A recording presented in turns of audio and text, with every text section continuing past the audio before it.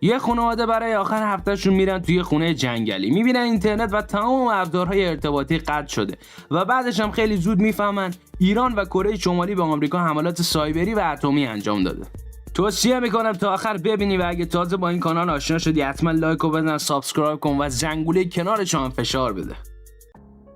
اول فیلم خانواده‌ای به نام سنفورد رو می‌بینی که برای تعطیلات تصمیم می‌گیرن به یه خونه جنگلی توی جایی به اسم لانگ آیلند برن و می‌بینیم قبل از اینکه به اونجا برن یه خونه زیبا رو اجاره کردن تا تو اون اقامت کنه.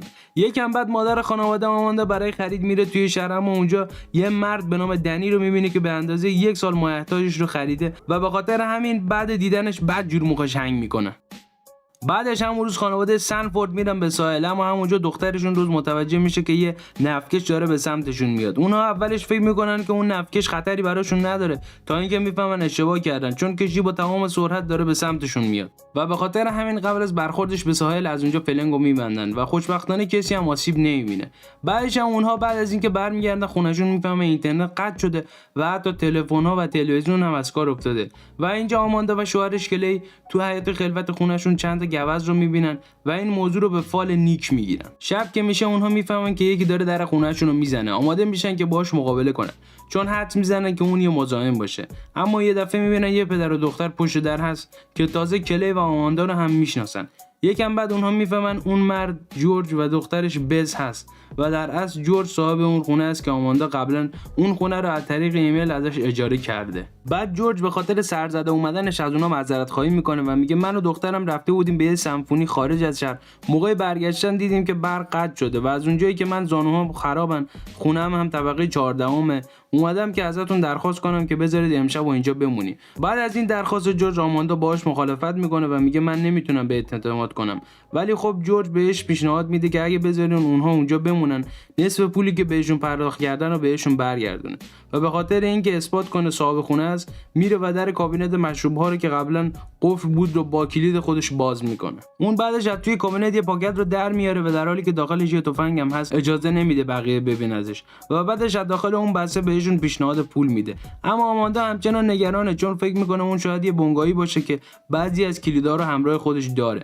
اما کلی سعی میکنه آرومش کنه. بعدش جورج بهشون نوشیدنی میده و شروع میکنه به تعریف کردن داستان اون خونه و میگه همسایم دنی اون خونه رو برام ساخته، همونی که آماندا با کلی آذوقه دیدش. بعد جورج میگه زنم به یه سفر کاری رفته و الان با قطع شدن وسایل ارتباطی کاملا ازش بیخبرم. بعدش آماندا از جورج یه کارت شناسایی میخواد، اما جورج میگه من تو سمفونی به خاطر قطع برق هول شدم و مدارکم رو توی اون یکی کتم جا گذاشتم. تو همین لحظه بس بعد روشن کردن تلویزیون بقیه رو در جریان وضعیت اضطراری که دولت گفته بود میذاره و اینجا دیگه آماندا تصمیم میگیره که کوتاه بیاد و بذاره اون دو نفر اونجا بمونن.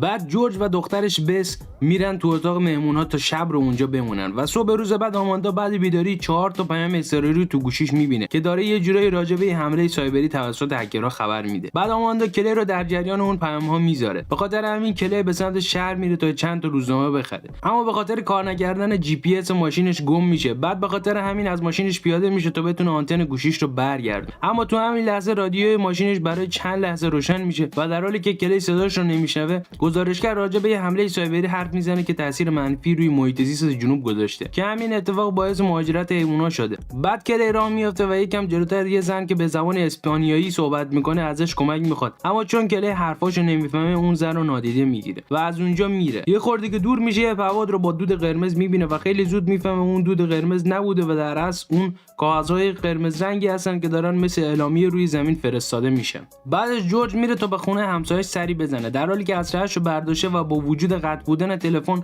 منتظر یه خبر از همسرشه. بعد میبینه که انگار خونه یکی از همسایه‌هاش خالیه و کلی آشغال داخل حیاتش پخش شده. جورج بعد اینکه وارد خونه همسایه‌اش میشه میبینه اونجا هم حسابی به هم ریخته، اما یه دفعه چشمش به تلفن ماهواره‌ایشون میفته و تصمیم میگیره ازش استفاده کنه، ولی اون نمیدونه به خاطر حمله سایبری تمام ماهواره‌های آمریکا از کار افتاده. بعد اون وقتی میره سمت ساحل چشمش به ساعت گران قیمت توی شنها میفته و زمانی که میخواد برش داره میبینه دست قطع شده یه انسان بهش وصل. بعدش با جسد یه خلبان روبرو میشه. بعد جورج میفهمه که قبلا یه هواپیما اونجا سقوط کرده و بعدش میبینه یه هواپیمای دیگه هم داره میاد اونجا و به خاطر همین فلنگو میبنده و موقع سقوطش خودش رو میرسونه تو خونه همسایه. بعدش روز که میبینه نمیتونه سریال مورد علاقهش رو ببینه میره تو حیاط ولی با یه گله آهو روبرو میشه. بعد به خاطر همین برادرش آرچی رو راضی میکنه که برن توی جنگل و اونها اونجا بعد پیدا کردن یه کلبه داخلش رو چک میکنن ولی موقع برگشتن یه حشره پای آرچی رو نیش میزنه و بعدش هم روز متوجه پرواز یه عالمه پرنده توی آسمون میشه. بعدش جورج که برمیگرده به خونه به آماندا میگه من از اونجایی که یه تاجرم توی این چند وقته متوجه رفتار عجیب بازار شده بودم.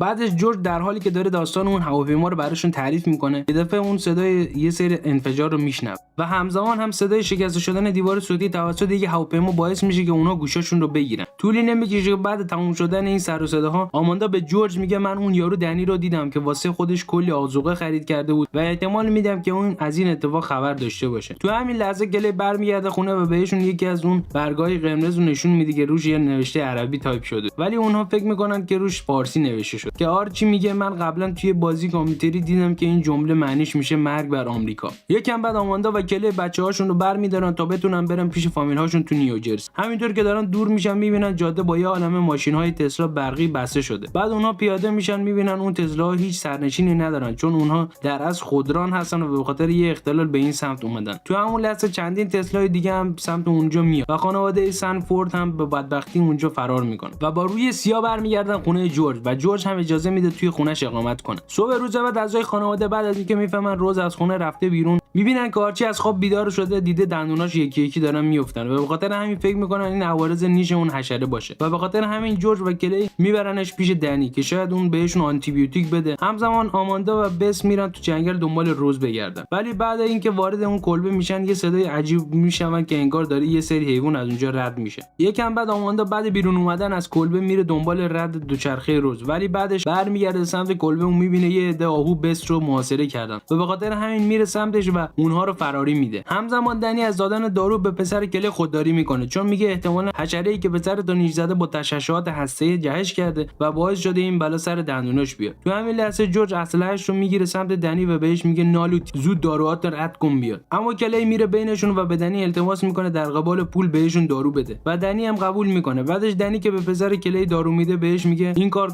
کره‌ای هاست اما کلی بهش اعلامیه که پیدا کرد رو نشون میده و میگه اشتباه نکن گوزجی چون این کار ایرانی هاست و از اونجایی که قبلا هممون درباره قدرت‌های سایبری ایران شنیدیم این موضوع هیچ جای شکی نداره. بعد دن میگه قبل قطع شدن تلفن‌ها یکی از دوستام از سن دیگو بهم خبر داد که اونجا هم یه سری اعلامیه به زبان‌های کره‌ای و چینی پیدا شده. بعد هم میگه این به زبان فارسی نوشته نشده اما به خاطر کلمه مرگ بر آمریکایی که نوشته شده احتمال میده ایران با کشورهایی که با آمریکا دشمنی داره متحد شده تا اینجوری باسنمون رو جر بده. بعد از این مکالمه توی ماشین جورج به کلی میگه من قبلا شنیدم برای فروپاشی یک کشور از داخل بعد ابزارهای ارتباطیشون رو از کار بندازیم تا بعدش مردمش به جون همدیگه بیافتن و اینجوری از داخل خودشون کشورشون رو ویرون کنن. بعدش اونها تصمیم میگیرن که با هم بمونن و خانواده‌هاشون رو ببرن به یه پناهگاه که زیر خونه یکی از همسایه‌هاشونه و این در حالیه که آماندا و بس هم متوجه چندین انفجار داخل شهر میشه. آخر داستان هم میبینیم که روز با شکستن در خونه یکی از همسایه‌ها تونسته بره داخلش و اونجا مشغول خوردن غذا بشه اما یه دفعه صدای مادرش رو میشنوه و میخواد از اونجا بره بیرون. یه دفعه چشمش به در یه زیرزمین میفته که میبینه یه پناهگاه بزرگ و فول امکاناته و رادیویی که داخلش اعلام میکنه کاخ سفید در حال مقابله با حمله دشمنه و بعد هم روز دیویدی سریال مورد علاقه‌اش رو پیدا میکنه و میشینه تماشا میکنه.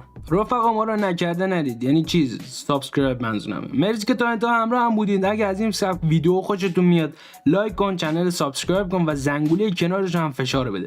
تا یه ویدیو بعد تنتون سلامت.